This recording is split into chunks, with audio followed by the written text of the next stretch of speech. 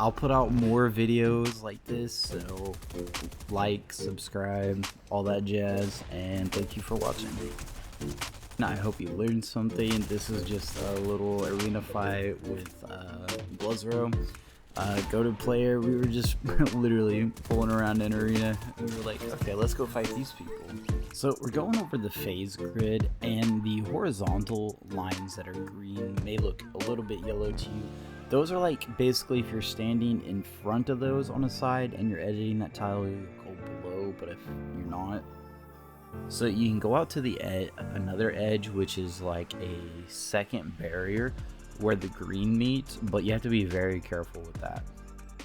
So the yellow at the top, that is for basically so where you'll be completely unfazed. So you'll either be below or above the cone. So if you're phased on like where the red barriers are and you walk into where that circle is, you'll be under the cone, right? But if you're kind of in the red area and you jump up and walk towards that, then you'll be phased above it. Or like if you're resetting and you're in that area, it'll put you above it, right? But that is more so for where the lions are.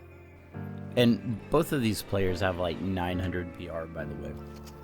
So this is a 1v2 clutch from a Super Hype Cup, and I'm just gonna let the clip play and then I'll go over and break it down.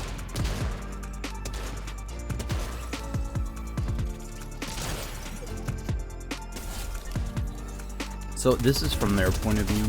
So they just double combat SMG my teammate, right?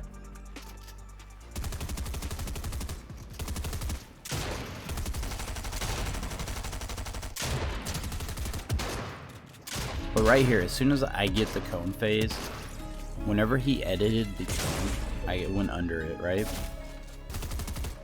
So this is the beginning of the fight, my POV. So this is pretty standard. And now this is where it gets interesting, because the teammate in the corner actually doesn't phase the ramp, because as you can see, we are both above it, right? So I'm lining up the shotgun shot and I see he has blueprints out, so I'm like, easy shot. And then I'm right in the middle, so I go under. And I notice I'm a little bit low, so I'm like, man, if I can get that finish, I can get the shield I need. And when I stop, I notice like, hey, wait a minute, I'm still phased. And see, so right there, as soon as the teammate's dead, if he was the one causing the phase, I really wouldn't still be phased. And you'll know that he wasn't causing the phase due to the map and where everything is. So if you practice it, you'll see like at the edge of there, like you're not going to cause a cone to be phased.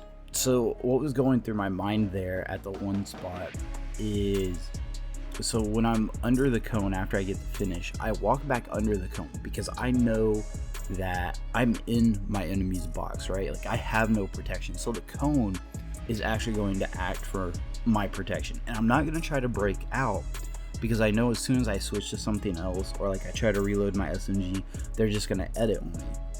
So I am purely waiting for that edit.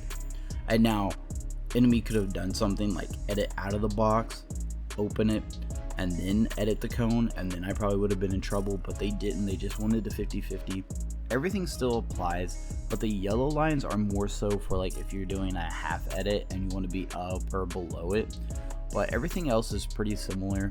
So like the red line is kind of where you want to be, and you want your head more touching the yellow. Now it's a little odd because I'm using Goku, but see right there, like your full body is visibly phased. Now it's not as nice as like doing the ramp flip with a wall behind you, so like you're barely phased at the edge. So that's very noticeable.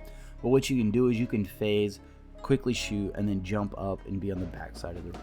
So basically what happens in this clip is my internet just like starts going crazy bad, but I was trying to do the ramp flip there, but it just would not. So I knew that I could flip and he would be under the ramp with me, and basically his teammate kept the ramp phase, so that wasn't a bad fight.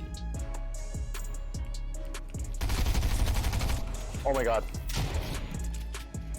Good. So here we'll see, like basically the guy is standing too close and so his head's phased and he doesn't really realize it, so that allows me to just walk right under my ramp and get a free, you know, pretty much like 90 damage shot. But that is why remembering where the lines are on the grid and just having a general understanding of if somebody's too close, I can put a ramp here and it'll be phased, and being able to react to that in time. Because basically if it had taken a moment longer for me to react to that, he put a brick wall in between me and my teammate, and then we wouldn't have been able to get to him, and he probably would have just went out the side and up or back to his other teammate.